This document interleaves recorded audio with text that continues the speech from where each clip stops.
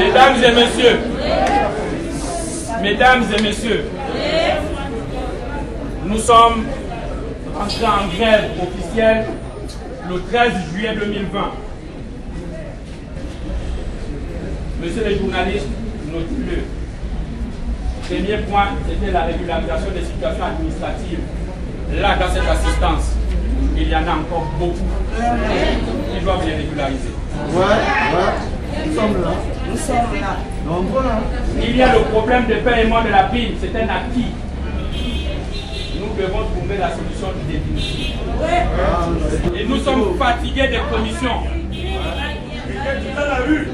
Le défunt président disait, lorsqu'on ne peut pas régler un problème, on multiplie les commissions. Nous sommes fatigués de ça. Nous n'irons plus dans des commissions. La seule table où nous irons, c'est chez celui qui décide désormais. Vous avez trompé le chef.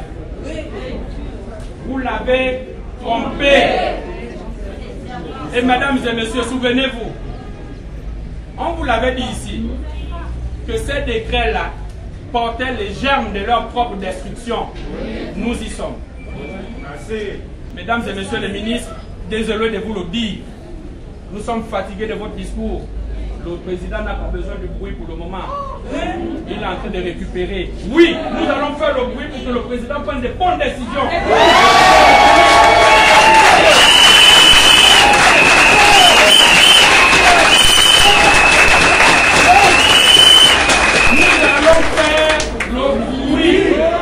À main levée, nous allons décider ici, si nous sommes d'accord, pour donner le signal fort, c'est de déclencher ce matin une grève générale illimitée. Partons-nous pour cette grève générale illimitée qui vous lève la main.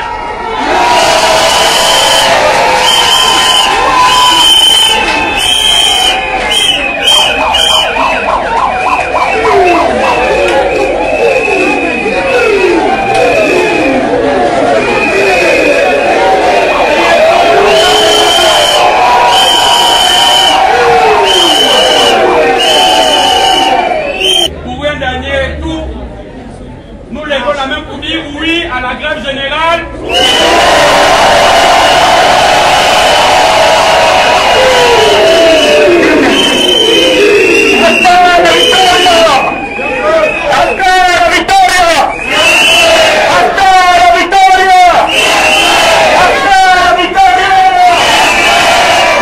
Cette grève ne prendra fin, et nous vous le disons les yeux dans les yeux, que lorsque nous allons trouver une solution définitive à la crise dans les régimes financières. Nous allons observer une distanciation sociale stricte avec nos bureaux.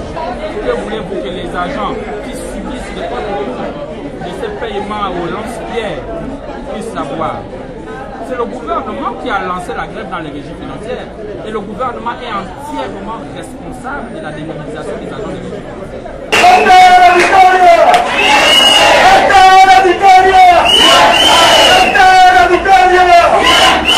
Nous avons écrit à Madame le Premier ministre le 18 octobre pour présenter notre proposition alternative de sortie de crise.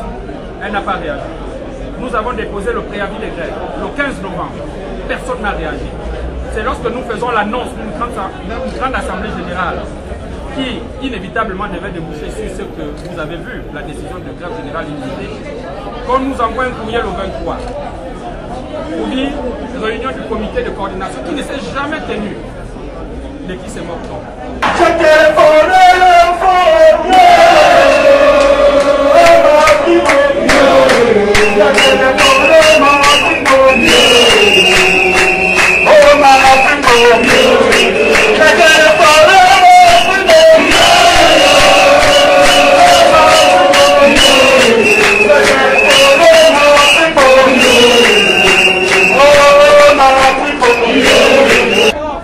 Le service minimum, nous vous précisons, le service minimum, la loi l'indique, mais c'est un service minimum négocié.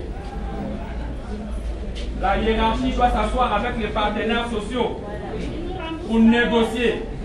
En ce moment, on va parler d'astreinte pour ceux qui seront retenus. Et ces astreintes doivent être payées séance tenante. Mesdames et messieurs, ce n'est pas une autre négociation. S'ils nous disent qu'ils ont besoin de nous de 8h à midi, on chiffre ça.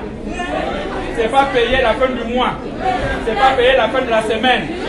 C'est payé en début de semaine. S'il n'y a pas de gain, mesdames et messieurs les chefs, assurez votre service minimum tel que l'article 70 l'indique.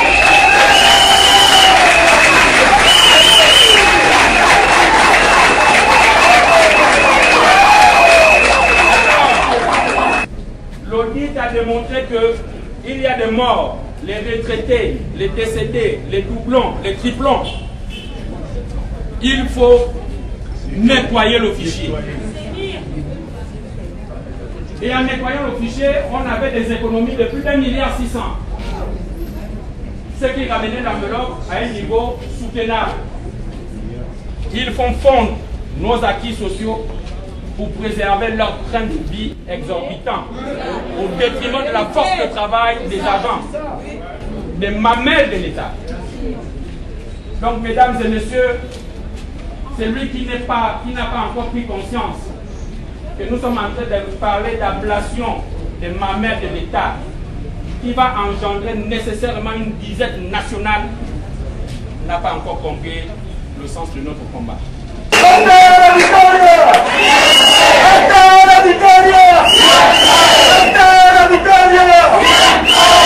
Le président Nikes Otunga était au Maroc.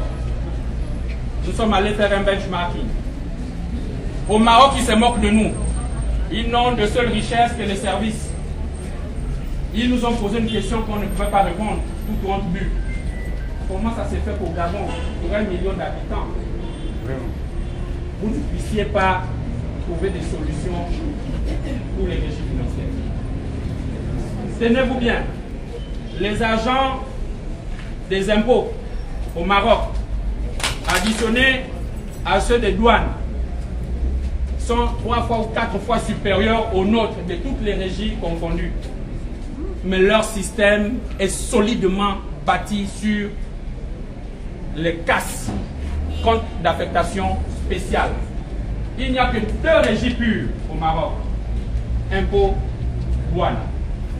Ces 2 administrations tirent les autres administrations bénéficiaires de la prime. Au Gabon, quand nous sommes rentrés, nous avons fait le compte rendu à qui de droit. Nous avons fait le rapport que voilà comment les autres fonctionnent. Ça ressemble un peu à ce qu'on avait à l'époque. En 2010, on avait le fonds de répartition. Les trésoriers connaissent quelque chose de ce fonds de répartition. Ils ont pris le rapport, ils se sont assis. Nous sommes allés avec l'argent du contribuable. Cela veut dire qu'ils ont pris l'argent du contribuable comme d'habitude. Ils ont dit, allez-y vous balader, dégagez avec vos rapports.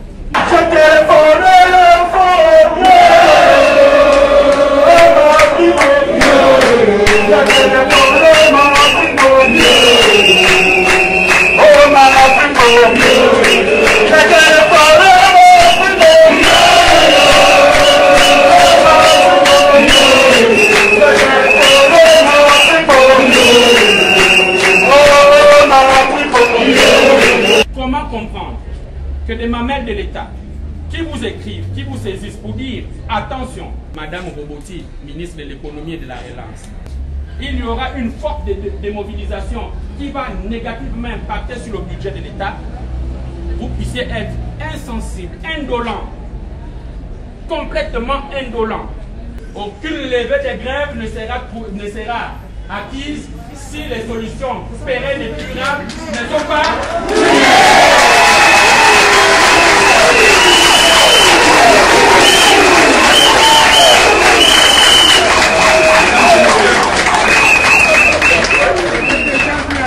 Mesdames et messieurs, nous levons la main pour dire oui à la grève générale.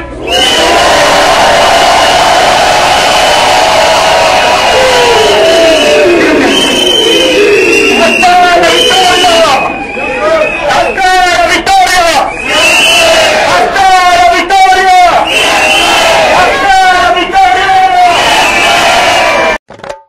Vous êtes sur Maslek Info.